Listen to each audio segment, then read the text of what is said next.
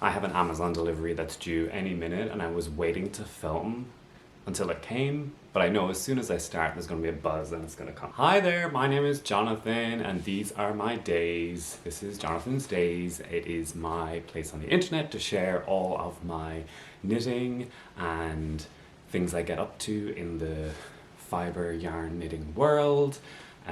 This is episode 10, which I can't believe it's been 10 episodes. It feels like it's gone so quickly, but also taken a while to get here. So if you've been here since the beginning, or one of those people who's gone back and marathoned all the episodes, welcome back. And if you're new, welcome. I live in London, but I'm originally from Ireland, and I am pretty much obsessed with knitting. I'm never not knitting these days. And so I have a lot to get through today. A lot happened in the last 3 weeks in general. So let's jump right into FOs. And I'm looking around as if it's my first FO isn't really obvious. If you've been watching, my first FO is this, what I'm wearing. It is the Bubble Sweater by Stephen West. And it is, yes, it is an FO and I'm wearing it and it's a fully finished garment. The first thing I'm going to point out is the sleeves. They're too short. And yeah, I've been pushing my sleeves up a lot with this, and it's not the pattern's fault or the design's fault, it's my own fault for not making the sleeves long enough. I think I wanted it to be finished so much that I just went really, really fast with it. But it is knit up in West Yorkshire Spinners, the Croft, in their DK weight, and the colours are Sandvoe is this, the beige colour, and Nista, I believe, is the blue. I'm going to come forward so you can see the yoke. So it uses a bubble stitch, which you can, Stephen West uses in quite a few patterns, and you can actually see how it's done on his YouTube channel. He has a video demonstrating it. But basically you knit into a few stitches below the current stitch and you drop it. So this yarn is a non-superwash Shetland yarn.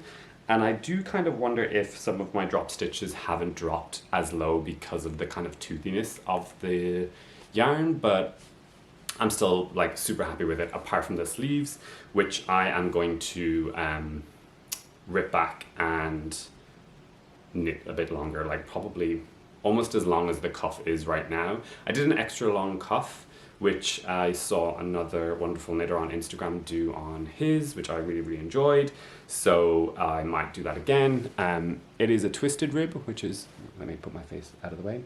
Twisted rib, which looks really, really nice. It's a twisted rib on the folded collar, and it's a twisted rib on the bottom rib as well. I actually did a new cast off on this as well, which is, how did I do it? I think it's a knit two together through the back loop and then put it back. So you knit two together through the back loop and then put the stitch back on your left needle and repeat. And it's the first time I ever did that. It's not as loose. It's meant to be a loose bind off, but it's not as loose as I think I would want it to be. You can kind of feel it when you tug, and I won't probably be doing it again. But it was, I do like bind-offs that you don't need to sew. So it's nice. You can feel the tug, but it's not so annoying that I'm going to rip it out and redo it, especially I'm going to be ripping out to do the sleeves. But I am really, really happy with the colour. I'm happy with the yarn. The other thing is the shape of the neck, which is a little bit boat necky for my liking. It's fine. I think it's it's interesting how the sleeve length is affecting the entire fit. Because I'm pulling down my sleeves, it pulls down my shoulders. So if I lengthen my sleeves and therefore I'm not pulling anymore, it will push everything up just that little bit. So it's funny how the more you kind of construct garments, the more you realize something like the sleeve length can really affect how you wear the garment. I think it looks quite nice with a button, a shirt underneath it, which is why I'm wearing it like this for the podcast. And yeah, the only other thing is someone lovely commented what kind of neckline this is, because it's like short rows, but it's they had a phrase for it and I can't think of it, but I guess it's not a V-neck, it's not a scoop neck, it's not a boat neck, it's just like the short rows you can see are here, so they're kind of going back and forth, so that's why it creates this kind of neckline, which is like, it's different to what anything else I have made and anything else I own, but we'll see. I think I'll be much happier once the sleeves are lengthened. Yeah, I'm probably going to, if you look at this, I'm probably going to knit to here, rip back, knit to here, and then do the same kind of length of a cuff, almost the same length of a cuff as this, because I found, if you've been watching previous episodes, when I made my anchor sweater by Petite Knit, I was like kind of saying like, oh my god, the sleeves are so long. Like I felt like the sleeves were really, really long when I was knitting it and when I finished it. But now it's my like most worn sweater and I love the length of the sleeves, especially because I tend to be someone who pushes up my sleeves. So now that sleeve length is what I'm putting all my other sleeves against to measure to make sure that they're the right length. So it's interesting. It's one of those things that you just, I guess you learn more as you kind of go along and make more and more garments.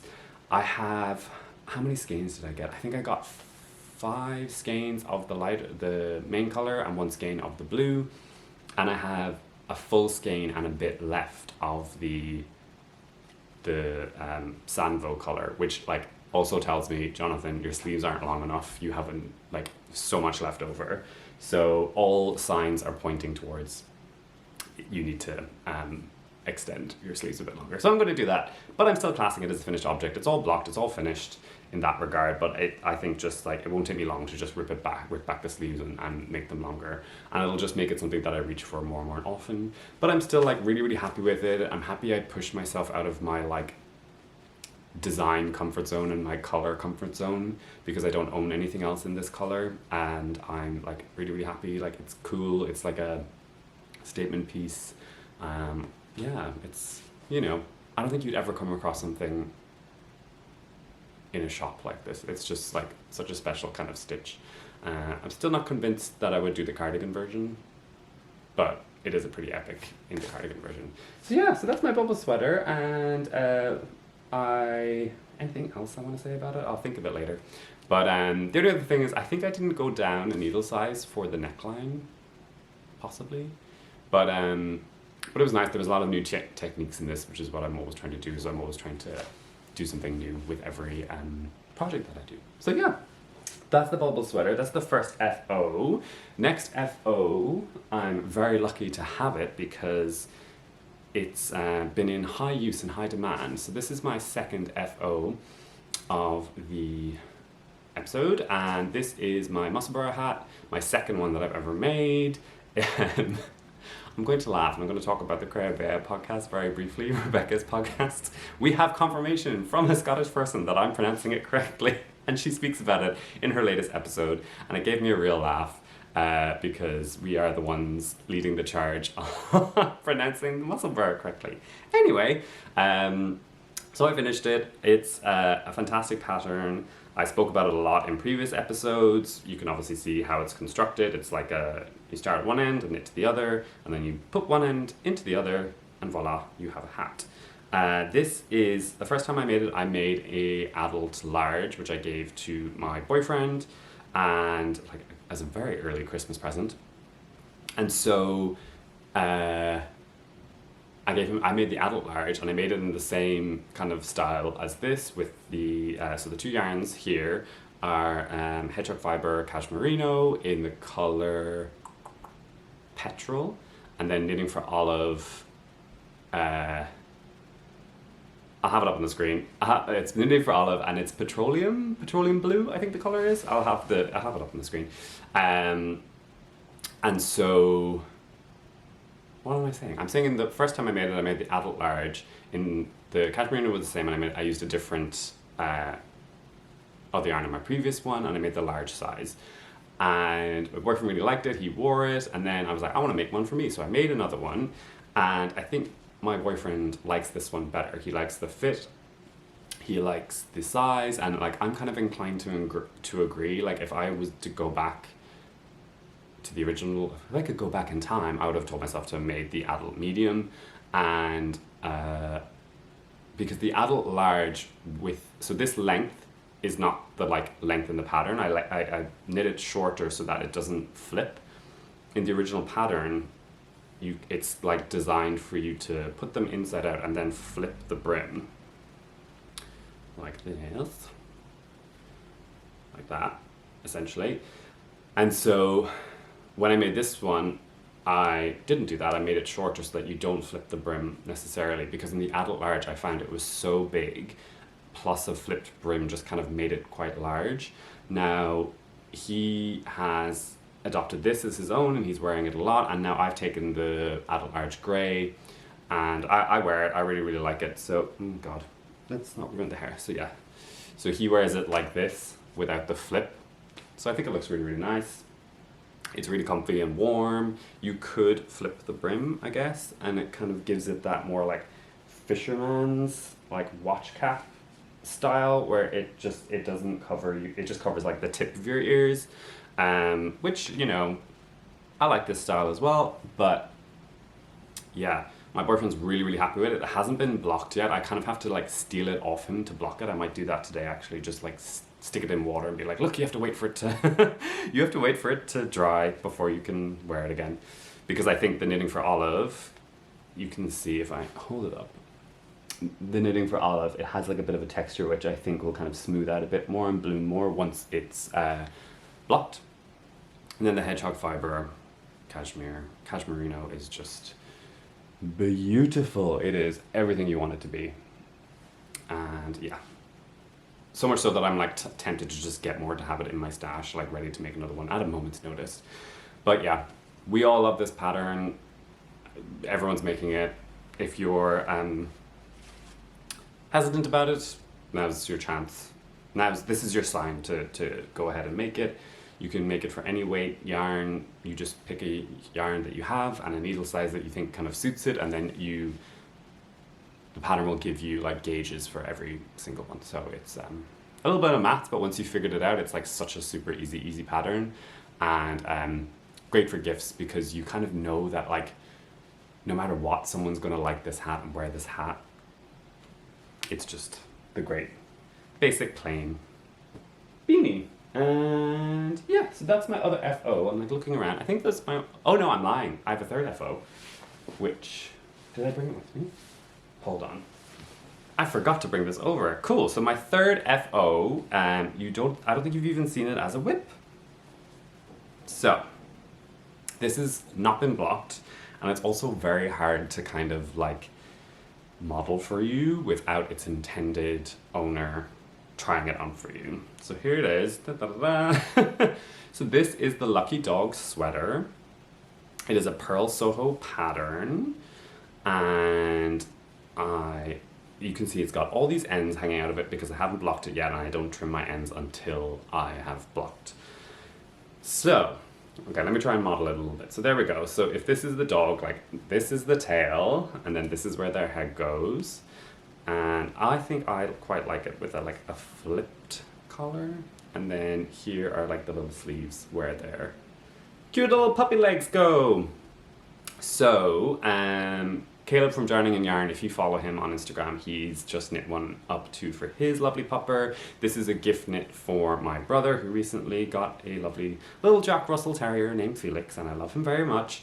So this is why he's getting something knitted and my brother isn't, because, you know, I find when your siblings have like, you know, offspring, whether they furry or real human, they tend to take over the present giving. So that's why Felix is getting a jumper and my brother is not. But anyway, so yeah, this is knit up in Rowan Superwash worsted in the color 144, which is called Mallard. And originally I had bought one skein of it thinking that it was a top-down sweater, but it's actually a bottom-up. So unfortunately I ran out of yarn like just at the neckline, and so I had like a bit, like 2/3 of the neckline and the sleeves to do. So I had to get another skein, so I have like almost a full skein ball left over. So I'm thinking, you know, guys, I had planned to do like 2 gift knits, and now I've ended up doing 4, and this might be 5. Because I'm kind of like, well, I have this yarn, it like I'm not going to really use Superwash. I know someone in my life who like, Superwash is good for gift knitting for people who don't like, either if they're children or that that they're not going to really spend the time to like wash and block things carefully. It's good to give them something Superwash. So I'm thinking of doing the Easie Beanie by Brandy Shine Harper, and she, if you don't know her, she does a lot of, she's designed for Pearl Soho a fair bit, and she has like this amazing aesthetic and style and like energy, like follow her on Instagram, like she just like is like a ray of sunshine all the time, and I like love following her. But she has a new pattern now called the Easie Beanie, which I originally thought was just like literally like a super easy beanie, but it has a really cool like cast on and like construction that I didn't realize until I kind of looked more into it. And I think like this as a gift knit for someone in my life would work. So we shall see. I digress a lot, but yeah, I'm, sometimes you're like, oh, this would be a perfect gift knit for someone. So anyway, so back to the puppy. So you can see it needs a block. What's interesting is look at that rowing out. Do you see it? Now it's fascinating. So this is a great example of rowing out. If you don't know what rowing out is, it basically is when your pearls are different to your knits. And you can see it really clearly here on this garment because there is, if I hold it like this, okay, cool. So you can see rowing out here and rowing out here, which is where it's worked flat. So you can see that my pearls are uneven. And I so confidently a couple of episodes ago was like, I don't have rowing out, my things are perfect. And I think it might be because this is superwash yarn and it's really slippery on my needles, whereas I'm really used to like non-superwash toothy yarns, which kind of hold a bit faster or firmer, which is why I think I've got rowing out. But here's a really good example. If you've never seen it, this is what it looks like, which I'm hoping blocks out. And yeah, so I'm really, really happy with this though. I think it's so cute and it's going to be so cute on, and I'm hoping at Christmas he'll like wear it happily and let me take photos of it, and I will show you the photos if he does. It is a paid for pattern, and originally when I first started knitting it and I was looking at it, I bought it, I was like, no problem, dog sweater, easy peasy, blah, blah, blah. And then I actually started knitting it and I was like, oh my God, this is actually like, not difficult, but it's like full of techniques. And as I was knitting it, I was like, oh my God, I'm gonna say on the podcast, guys, if you're a beginner, don't make this. It's so like, there's a lot of techniques in here. You're knitting flat, knitting in the round, like going back and forth between the two. You're doing like either backwards loop or cable cast on for things. You're doing short rows with wrap and turns. All these techniques are in there, and I was like, this is definitely not a beginner pattern. And then I thought about it a bit more and I'm like, wait, actually, this is the perfect beginner pattern. If you've never made a sweater for yourself and you want to learn a lot of sweater techniques on a small format, this is a fantastic way to do it, because it's so small that if you make a mistake and have to rip back, it's very little ripping to do. So you can see, if I hold like this, like there's short rows in this section here, with wrap and turns, which I kind of think are probably the most, I prefer German short rows myself, but yeah, it's a fantastic way to kind of learn a bunch of sweater techniques without doing it on such a large scale. So if it's kind of like you could make a toddler or baby jumper as a similar way to kind of learn techniques, but you could also do a dog jumper. And you have to pick up for the sleeves as well, so it's a great way to learn how to do that. And yeah, so if you are a beginner and want to take on sweater knitting, doing the Lucky Dog sweater is a way to like learn a lot of techniques that you can then apply to a much larger project. So I do recommend it for that. What else will I say about this? The yarn, I did like it. For a superwash yarn, it does feel quite woolly. It was slippy on my metal needles, I will say. And this is the small size, by the way. And I didn't gauge swatch because nobody got time for that when it's for a dog that will, get up to all sorts in this. But maybe this will be his like, you know, nice home time sweater. But yeah, so now that is 2 gift knits done, and I will speak more about other gift knitting later on when I get on to some acquisitions. And yeah, so that's the Lucky Dog sweater in Rowan. It took a bit longer than I thought it was, and it was a little bit more complicated than I thought it would be, but I really enjoyed it all the same. So, next up, let's get into whips. My first whip is living in my Hide and Hammer bag number 8, and this is like a brief aside to say I got another number 8 in the grey since the last time I saw you, because I'm obsessed with these bags, and they had a Black Friday sale and I couldn't resist. So now I'm up to 4 of these bags. So I have 2 of the big ones and 2 of the small ones. They're just so useful and I love them so much.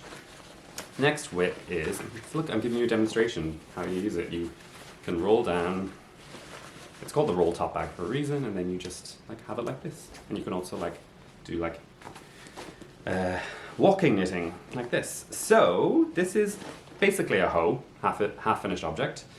So I've got my first sock. This is the Curio Sock by Andrea Mowry. This is knit in Retrosaria Rosa Pomar, Mondim, in the color, I don't know, it's on the screen. And the other yarn is Spincycle dyed in the wool in the color Castaway. And so, here we go, let's have a look at this. You can see the nice color change. So beautiful, I'm obsessed with this. And it's a hoe, but I've got my yarn in here for an afterthought heel. So it's like almost half finished. But yeah, so my plan is to make both socks, finish both socks, and then do the heels together at the same time, because I've never done an afterthought heel, so it would be good to kind of do one after the other so that I can kind of like really get the technique down. And also kind of like, it's nice to finish quickly, because I'm pretty sure I could do an afterthought heel, 2 afterthought heels in like a couple of hours, and then they're done and I've got a finished pair of socks. So that's the first one done. The interesting thing about this is that I am using kind of what I've learned from sock knitting to make sock patterns my own. So even though there's like fantastic instructions for sizing and all of that, I know what my sizing for socks is and what like my needle size makes me feel comfortable. I've made socks in Mondim yarn before, so even though the pattern is saying for this size knit this length, I know for my size I knit a certain amount of rows, so I'm able to kind of use my experience to make the sock pattern fit my foot, which is, you know, what you gain from, it's similar to what I spoke about in the sweater knitting. The more you knit certain garments, the more you can really customize them to fit you properly. So for this one, it will end up with quite a long leg. So that's kind of the length of the leg. As you can see, it's quite long. But I kind of wanted that because, first of all, I wanted to use up as much of the Spincycle as I could. And I think I definitely like a longer sock. So yeah, so it's a toe-up sock. I kind of messed up my cast on a little bit, but I don't care. It'll be fine. Yeah. What else would I say about this? The cast off is the surprisingly stretchy one. It fits, all good. And so yeah, so I have that much done of the, well, I have the first one done, and then I'm just a little bit in. What's the best place to show you? A little bit into the toe of the second sock. And this Progress Keeper is from Les Garçons, from the Mysterious Sock Club. So it's a little wing, which I quite liked. And so my Spincycle, you can see, so the other sock ended up being all blue, but if you see this one is now we're in the kind of orange section. So I'm pretty sure that my foot is going to be, on this one, is going to be like mostly orange, and then once I pass the heel, it'll probably change back to the blue. So once the, if I'm kind of like wearing them in shoes, they'll match color-wise, and then when I take off my shoes, they won't match. Which, you know, is the fun of Spincycle, and I've just been really, really enjoying it. It's been a super relaxing. Like it's like a vanilla sock, but with interest, which I think is the point I'm at in my knitting is I really like doing like a nice. I mean, I'll jump back and forth with vanilla socks, but it's nice to have a sock that's like not quite vanilla and like really motivates you to keep going knitting with it. And using a color changing yarn like Spincycle is like such a great way to do it. And I will speak about the Curio Socks again in acquisitions because yeah, there's more to come. So that is my Curio Socks. I'm really enjoying them. I want to kind of get them done before Christmas so I can wear them home because I'm traveling for Christmas, which I'll tell you later. So I'm powering away on those and hopefully we'll have those done fairly soon. And my next whip is something you would know about if you've been watching for a while, and if you follow me on Instagram. This is my single malt sweater. It's going to be hard to show. There we go. This is by Max the Knitter. That's a pretty true look at the color. It is a dark navy. I've got one sleeve and a bit of the other sleeve done. I could just hold it up here. Yeah, it's not going to show very well against my pale skin. So this is, so the single malt sweater by Max the Knitter, and the yarn is dyed by Delz in the British Aran base. And the color, ooh, it's kind of getting a bit too blue there. And the color is Louis Shade. And I've got Max there hanging out on my sleeve to watch me as I make the sleeve, and I'll tell you why in a second. But yeah, so this is a like Aran, well, it's called British Aran, so it's an Aran weight, worsted weight yarn. It's non-superwash. It is fantastic. I love knitting with this yarn. It is like a little bit sheepy, squishy. I can feel it's warm. It's just a pleasure to use. I can't recommend it enough. This is actually the first time I've knit, as much as a fan I am of Max and Vincent, it's the first time I've knit with Vincent's yarn. Even though I own a bit of it, this is the first time I've actually used it. And this was my birthday gift to myself because my birthday is coming up, but I feel like I'm always gifting myself with yarn. But I've been really enjoying working on this. I would have had more done, but a couple of things happened that stopped that. First of all was I was pretty ill with a cold the last like 2 weeks, so my kind of I was just pretty fatigued and I just didn't have like that much. Like one night I came home and I knit like 4 or 5 rows and I just like couldn't do it. Like I didn't have the focus or the energy to do it, which is just very unlike me. That, you know, I always find energy to knit. If nothing else, that's the one thing I can guarantee that I have energy to do, and if I don't have energy to knit, then I don't have energy to be awake, essentially. So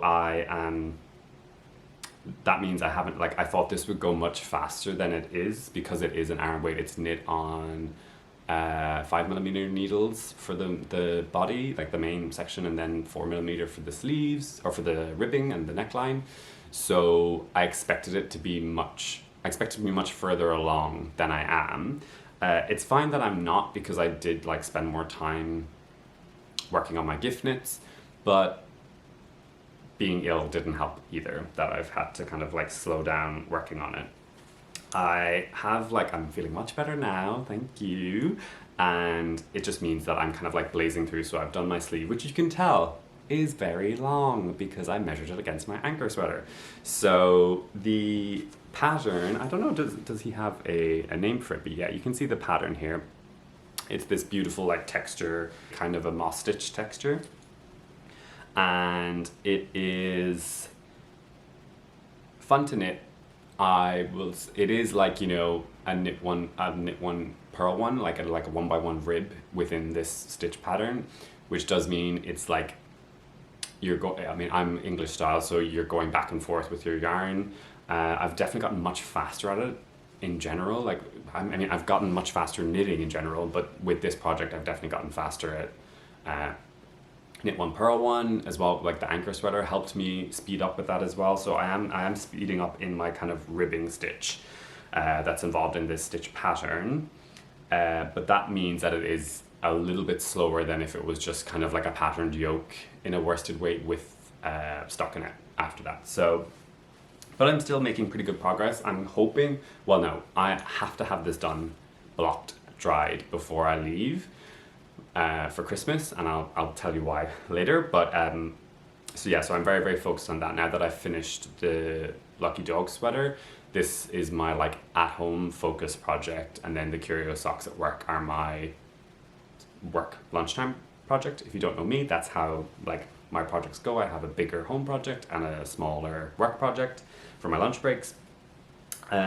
So yeah, I mean, guys, I know I'm so annoying going on about Max and how great his patterns are, but I'm going to keep going on about it again for this. It's the details for me. It's the small things for me that really make a difference, because there's not one of his patterns that I've ever made that I haven't gone, oh my god, what a fantastic detail. There's things like this little detail at the neck here, which I was like, oh, that looks weird, that's a mistake. But it wasn't. He repeats it again at the cuff, so he's thought about it already. The other thing is the like Raglan shaping. You see that line here, that is repeated on the inside of the sleeve. Let me get my eyes out.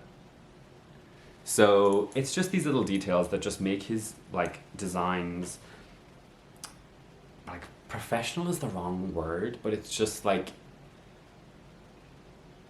you know, it is a compliment when someone says to you as a knitter, like, oh, it looks like you like bought it in a store, but this is kind of like you bought it in a designer store where they think about every little small thing. And I love that about his patterns. And I've tried it on. It's like a little bit fitted, which I quite like. I kind of like negative ease in my sweaters, and I'm sure because it will kind of relax a bit more, but I'm super happy with the fit so far. And the other reason that I had to slow down when I was making this is because I made a mistake. And if you follow me on Instagram, you saw my entire breakdown about this mistake and the process about it. And I was like, I've been very lucky to not have made huge mistakes in any of my like sweater projects where I've had to rip back very far. And I like went through a journey, you guys, and realized I had made a mistake in the pattern. You'll be able to, I'll pop up pictures of the like before, like the mistake when I caught it and how I fixed it. But basically I had to change, I told you there's kind of like a 1x1 knit purl, knit purl. I had to change each of the stitches around 1x1 to fix the mistake. Now, when I first discovered the mistake, I'd split for the sleeves and I had knit like this much of the body. So what I tend to do with when I knit top down is that I knit to the split, then I finish whatever skein I'm on the body, which you can see here, there's just like a little bit dangling off. I finish that and then I stop on the body and do the sleeves, and then I like to end with the body, so I like to, you know, bash out sleeve island and then get onto the body and finish the garment on the body. So I had done that, and then I started my first sleeve, and I had gotten maybe 12 or 14 rows into the sleeve, and then I realized you can like look, like obviously the pattern is very distinct. I looked and saw that there was a mistake in the patterning. Now you probably won't be able to see. Now you won't be able to see, thankfully. Maybe a little bit as it blows out. Maybe you would be able to see. You'll see better in the photos that I share. But basically, first of all, I thought that the mistake I had made was before the sleeve split, in a row before the split, which would have meant that I would have had to rip back the entire, like as much of the body as I had done, back to this sleeve split and then back further in order to fix the mistake. Thankfully, the mistake ended up being on the sleeve split row. So what I had to do is rip back as much as I had done on the sleeve to the split row, and then change the knits to purls for both sleeves. So it wasn't as bad as it could have been, but it did mean like I was sick, I was tired, I was fatigued, and I had made yet another mistake I had made a mistake on the garment, which meant like my like mojo for it was gone. I like was really frustrated. That night when I've discovered the mistake, I just like, I've took the time to figure out how to fix it, and then I put it away because I was like, I can't look at you right now. I had to put it away. And so many people like in my DMs were like, yeah, just like put it in the naughty corner, don't look at it, just leave it for a while. And you know, I literally took out my Curio Socks because they were like full of color and joy, and so I was like, I needed something that makes me happy, so I was just knitting on my Curio Socks instead. And then thankfully the next day I got back on the horse and like sorted it out. So I fixed it on one sleeve and then finished that sleeve, and then I fixed it on the other sleeve yesterday and then started on the other sleeve. So we're like back on track. I will try and remember to share the video that I used to change the knits to the pearls. It's not one where you drop, because I didn't have to drop down and to fix and come back up.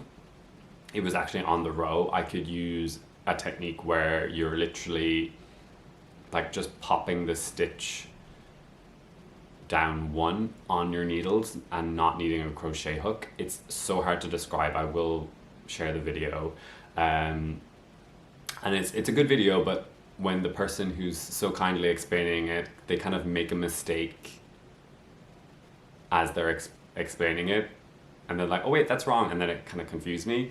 So in the end, I had to kind of like write out the instructions myself and then kind of use the written instructions to figure it out. But once you got the hang of it, it was super intuitive. And now you can't really see the row where the mistake was made, which is great. The only thing you can kind of see is kind of like extra fuzziness on that row because you've obviously like manipulated the yarn a lot more.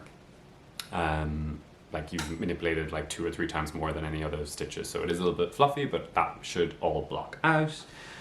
So yeah, so that was my journey with this. It was, you know, it's all experience, and now I've learned how to change a knit to a pearl and a pearl to a knit if ever I have that happen and I come back to the next round and I realize it's wrong. I know how to change it. So a new technique was learned, even though this project was one of the first projects that I've done where there was no new techniques for me, and yet the knitting goddesses found a way to give me a new technique. So yeah, so that's my single malt. I love it. I'm so happy with it. I'm so excited to wear it. I'm really going to bash through it, and I probably will wear this at home on Christmas Day. I feel like this is like my Christmas Day outfit. And the other thing that added a layer of complexity and difficulty to this, if you haven't noticed, it is a dark navy yarn. So at night it is black, and so I think that also added to my like, oh, with the mistake, because I was not only having to figure out what I did wrong, I could barely see it. So yeah. So that's my single malt. I'm obsessed with it. I love it so much, and a lot of people have been messaging me to ask like, or to kind of be like, oh, I'm waiting for you to kind of show it to see if I want to make it, and I can't recommend it enough. It is really, really wonderful. And yeah, so I will be, if you really want to see it finish and on in the next couple of weeks, follow me on Instagram is the best way, because or Ravelry. I'll post it on Ravelry too, because that's where pictures of it finished will show up there before my next episode comes out. So if you want that, that's there. So that is my single malt.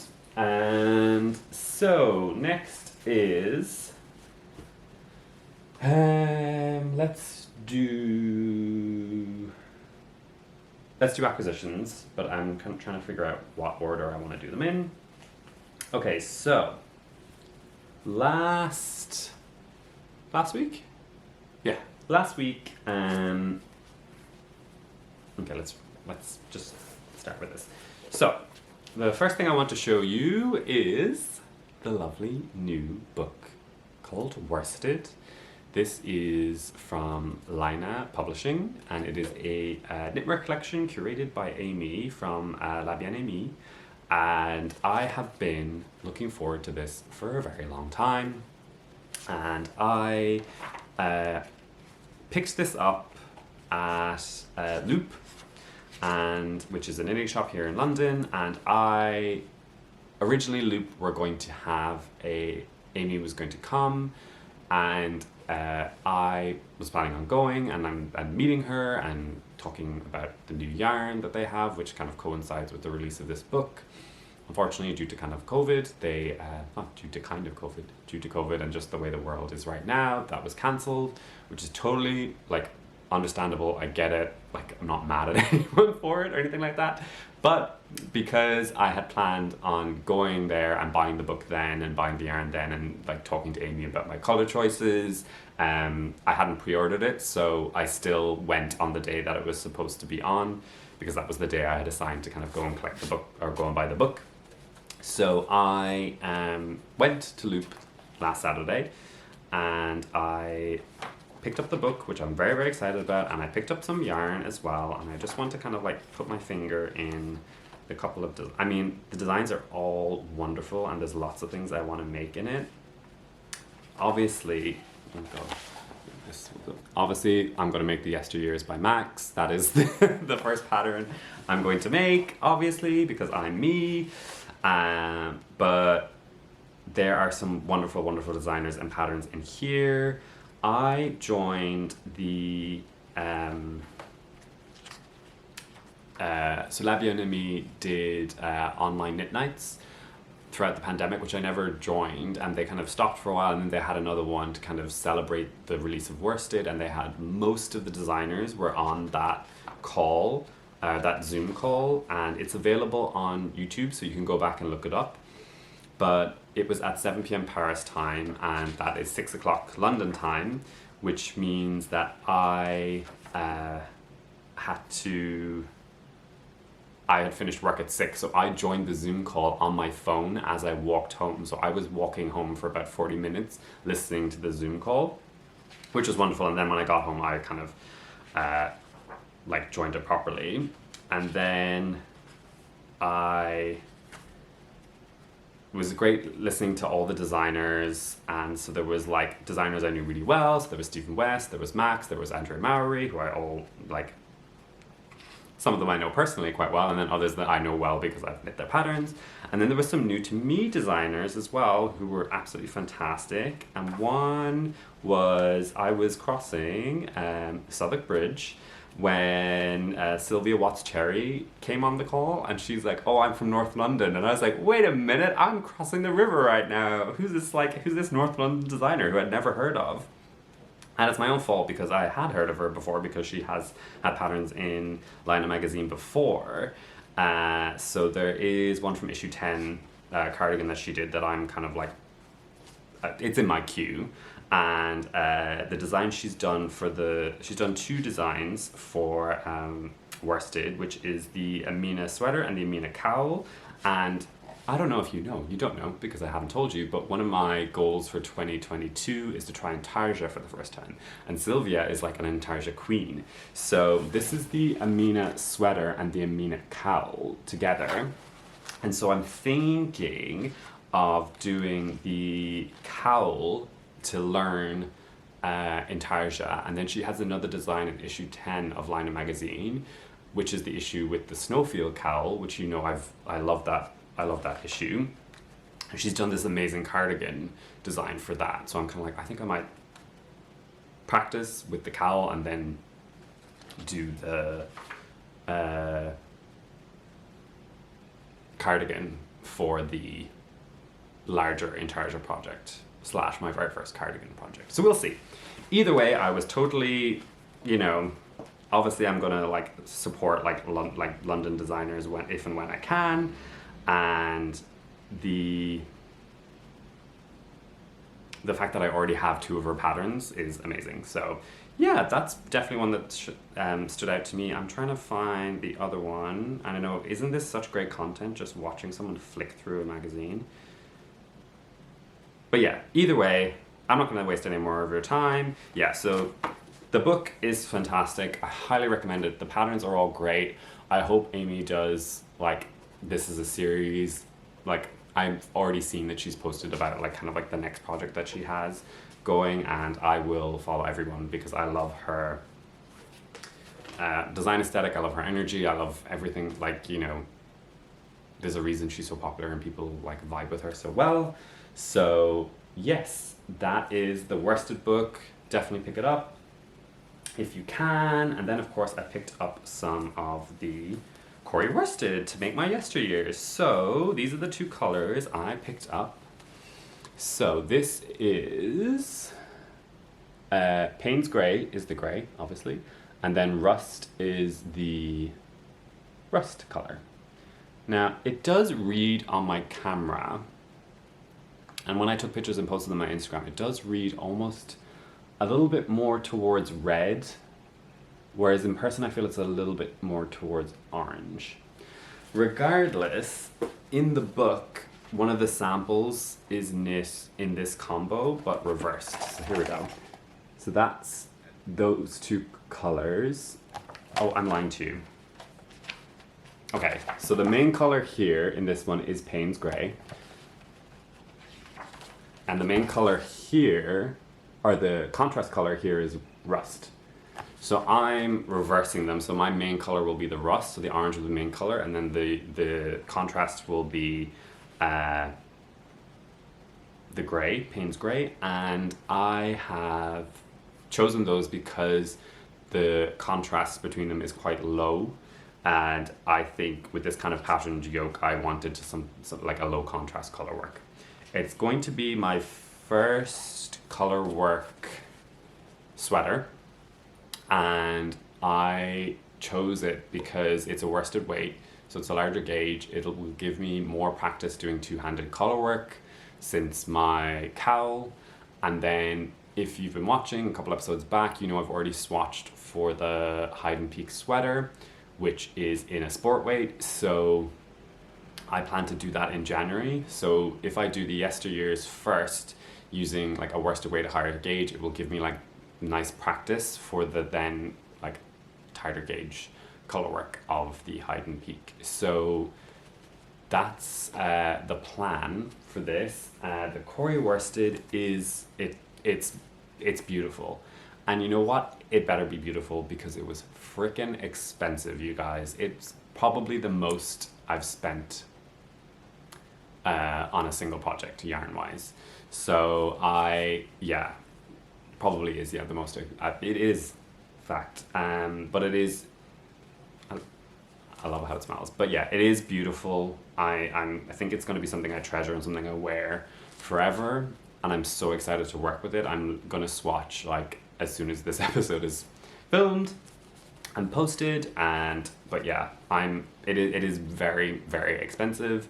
The book doesn't kind of say like you have to use my yarn. Like I don't think that's not Aimee's vibe at all.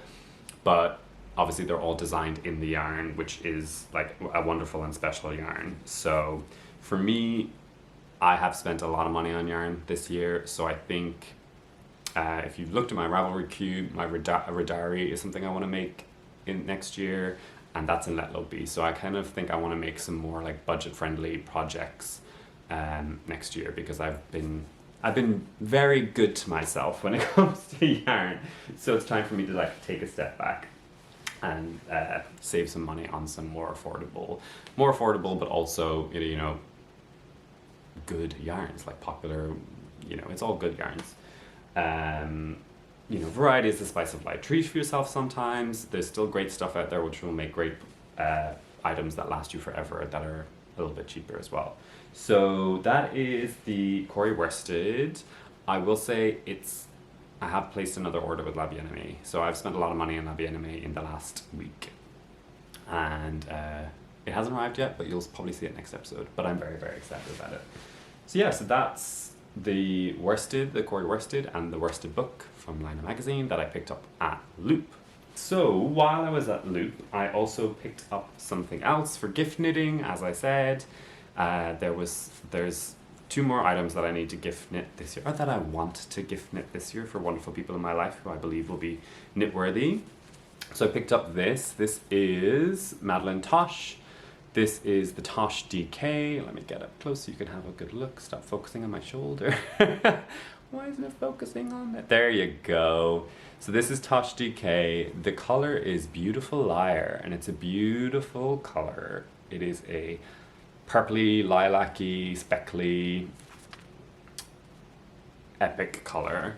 And I'm not going to tell you what I'm going to make with this, but you're never going to see it in video form because it will be knit and given to its intended owner before I make the next episode. So you will hopefully see pictures in the next episode of what I make with this. The designer of the pattern, I'm going to knows that I'm going to make it, and nobody else does. The rest of you is going to be a surprise. So yeah, I'm so excited to make this pattern by this amazing designer. And yeah, so this is I think this might be I think I've used Madeline Tosh like 10 years ago, but yeah, it's a great color. It's not the original color that I went in to get because I originally wanted Loop had like an exclusive colorway called London Cosmopolitan, I believe is what it was called, and I really, really wanted that because the gift I'm giving is to someone who doesn't live in London, so I wanted something that they like you wouldn't be able to get this color in London or anywhere else in the world. But unfortunately they were out of it, so I went with this instead, which is still great. It is, I'll tell you the details. This is Superwash, as I was speaking about earlier. I think for gift knitting, if the person isn't kind of a knitter or a crafter and doesn't have the time to kind of care for it the way you would, go with Superwash. So this is 225 yards, 205 meters. It is 3 light, so it's a DK, and it is 100% Superwash merino wool. So that is that, and this is another one. It's getting skeined up getting wound up as soon as this episode is finished. So that is that. Very excited about that. And then, you guys, I couldn't help it. I couldn't help it. So I'm obsessed with the Curio Socks. And I was there, and I just, like, I couldn't leave it. I couldn't leave it. I couldn't walk past and not get this. So this is Spincycle, dyed in the wool. I picked up another skein, and this is the color Robin's Egg, which is so beautiful, and I love it so much that I'm in danger having picked up this color because I love the Castaway color, and I said that that's kind of really like a me combination, and I feel like this is the other side of me, this combination, these like turquoisey, sea glass, greens, browns, tans. So I picked up this, and then I picked up more Mondim. So this was from Loop, and then I picked up 2 more skeins of Mondim to match with it because I didn't have any colors that matched. This is how they get ya, you know? It's like in IKEA when they put the like one cushion at the front that's really cheap, and then you have to change your entire house to match the cushion, but you're walking through IKEA, and that's how they get you. I feel like this is how they got me. I don't know who they are in this case, but so yeah, I picked up this, and then I was like, oh, I don't have any Mondim that matches it, so I got this Mondim. So this is color 100 is the natural white, and then 300 is the brown gray, which I'm pretty sure might be a natural shade as well. So these are the matches. I was speaking to my boyfriend about it, and he said like, oh, the natural color probably matches better, but for a sock that's longer wearing, it's probably better to use the brown. So it'll probably be this combo is what I go with for my next pair of Curio Socks. And the reason I kind of picked this up too is because Christmas. So to tell you guys my plans for Christmas, I am flying home to Ireland like on Christmas Eve, like very, very close. So I fly home to Ireland, and I spend a few days in Ireland, and then I fly to Minnesota, to St. Paul, where my brother lives, and I spend a few days with my brother in St. Paul, and then I fly to Chicago to spend my birthday and New Year's, because I'm a December baby, after Christmas. And so I have many flights in my future. So I'm already thinking like project-wise what I'm going to make. I do think that worst case scenario with this, I can finish these projects on the plane if I need to. I'm hoping I don't have to, but if I do, I'll be able to make these on the plane. But alternatively, I have flight to Ireland, flight to Amsterdam, flight to Minneapolis, flight to Chicago, flight back to London. So it's 5 or 6 flights in legs in total. And so I'm already thinking, okay, what's going to be my really small project for just pulling in and out? It's going to be this. It's going to be the Curio Socks, another pair. And then what's my big project? My big project is going to be the yesteryears. It's going to be this. So the plan is to cast this on at home in Ireland on Christmas. So I'll have 2.5 days like at home with family chilling to knit this from the worsted book, and I'm hoping that I can finish the yoke and split for the sleeves in those 2 days, since it's going to be like kind of 2 days of just knitting essentially. So that means that for the longer like flights I will be on the body and the sleeves, and so I can get a lot of it done, and it's a worsted weight. I can get a lot of it done by the time I come back to London. So that's kind of like my travel knitting plan, and that's why I picked up that Spincycle and wanted to do the Curio Socks, because it's something that, you know, I could have just cast on a pair of vanilla socks, but I think the Curios have that bit of interest and that bit of entertainment essentially from the color changes, which I really, really enjoy. So that's kind of what I want to, that's why I picked up another skein of that, because that's what I really wanted. You know, traveling at the moment is super, you know, anxiety inducing, and it's going to be tough. So I kind of want to have as much as I can that is like relaxing and like self-care almost. So that's why I'm like, okay, I want to make sure that if I'm on the plane and I'm anxious about everything around me, that I have something that really calms me and, you know, settles me. So having a pattern that I've done that I really enjoy with yarn that is beautiful will be a way to kind of bring myself into my own little bubble world and relax. So that's the plan. The other thing that is giving me anxiety about travel is all these sharp pointy metal things that are in my bags. So something else that I picked up because I was like really anxious is I picked up some wooden tips for my interchangeable needle set. So these are the Addy Clicks, which is the interchangeable set that I use, and these are in the 3.5 and 4 millimeter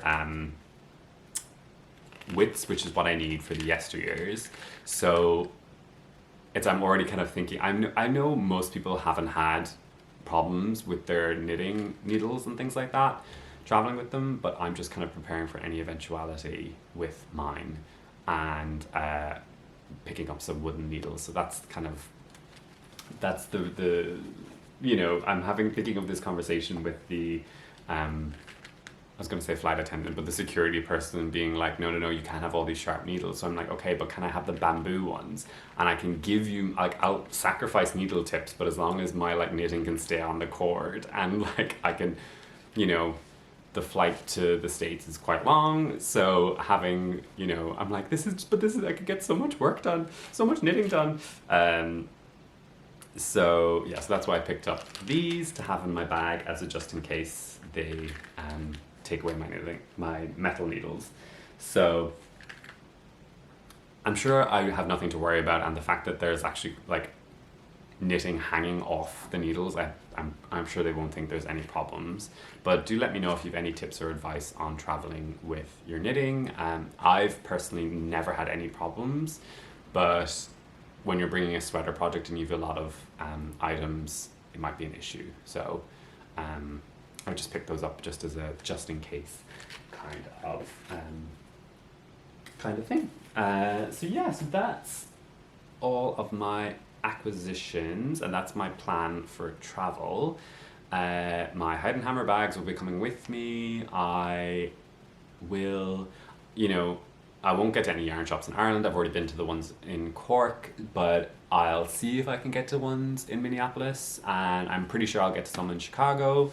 So if you have any recommendations I'm going to be in St. Paul specifically in Minnesota for a few days. So if you can recommend any yarn shops there, or in particular, if you can recommend a yarn shop and something that I could only get in that yarn shop or something I can only get in the States, would be fantastic. I'd love to hear. So if I do get a chance to jump to any of the shops, I will try and pick up something exclusive or some nice travel knitting.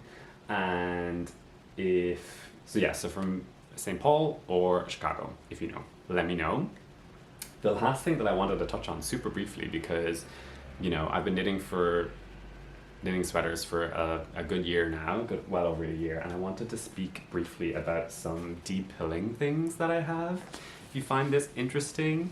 So I have 2 de-pilling methods currently going, and I want to hear if anybody else has any good ones that I'd love to recommend, or I'd love to hear. So these are 2 that I have that I want to speak on super briefly. So this one is from Steamery in Stockholm, and this is called the Pilo De-Piller, and it looks like this. There you go. And this one is electronic, so you can see the camera reflection, and basically, hopefully it won't be loud. There you go. So it was a bit loud. So yeah, so basically you just like hover this around the sweater to de-pill it, and I think it was Laura was talking about picking up a de-piller from Penrose Knits. So yeah, so this is one I have that I've had for a little while that I do really quite like and recommend, and it is like rechargeable, comes with a little cable and you can recharge it. So I highly recommend that one. They have a new version as well that's just come out. I think it's like just called the Pilo 2. I'll have it linked down below regardless. But I have been using this to freshen up a lot of my jumpers recently because yeah, they're pilling. I'm wearing, you know, it's that time of year. I'm wearing a jumper every single day, or one of my hand knit jumpers every single day. And my boyfriend's jumper, I'm literally looking at it right now. This is the one I made for him over a year ago. You can see how much it's pilled. So I need to do some work on this for him. Oh, I've just thrown it on the ground. Sure. And the other one that I picked up is this I picked up from a store in London called Labour and Weight, and it's actually from America. This is called the Sweater Stone, and yeah, it's just sweaterstone.com. And basically, if you wanted something that's not electronic or a little more eco-friendly, you can see the little leftover bits from the last time I used it. It's almost like a pumice. It's like a stone. It's like a sharp, like when you put your finger on it, it's kind of sharp, and you just rub it over the item to take off your pills and fuzz. It's fascinating. So yes, that's the Sweater Stone. That's the other one that I recommend. It's really, really good. I like it. So my battery just died, so I think that's the universe's way of saying, Jonathan, wrap it up. But yeah, so I just wanted to show off. This is like the show off. I wanted to share. I'm not showing off. I just wanted to share because I feel like it's that time of year where we're all like, oh, I need to refresh my sweater. So yeah, so this is the electric shaver, which is from Steamery, and then this is the Sweater Stone, which is, they're both cool ways of removing pills. I feel like it's one of those things that you never get it perfect. Like it never comes, it's hard to get it like really, I could spend hours shaving and never get every single one, and sometimes I feel like the act of shaving itself creates more pills. So, but either way, I wanted to share those since it's an important aspect of, you know, sweater care and garment care, because we want our knitted garments to last forever. So I thought it was something that I would share with you, and I think that's it. I feel like it's been long enough, guys. So yes, so I normally record every 3 weeks, but when it comes around to 3 weeks, I will be in Chicago at the time, so it will probably be the week after when I record. But I'm lying, because it'll probably be the week after that, because the more important video that I want to make is everything that I've knit in the year.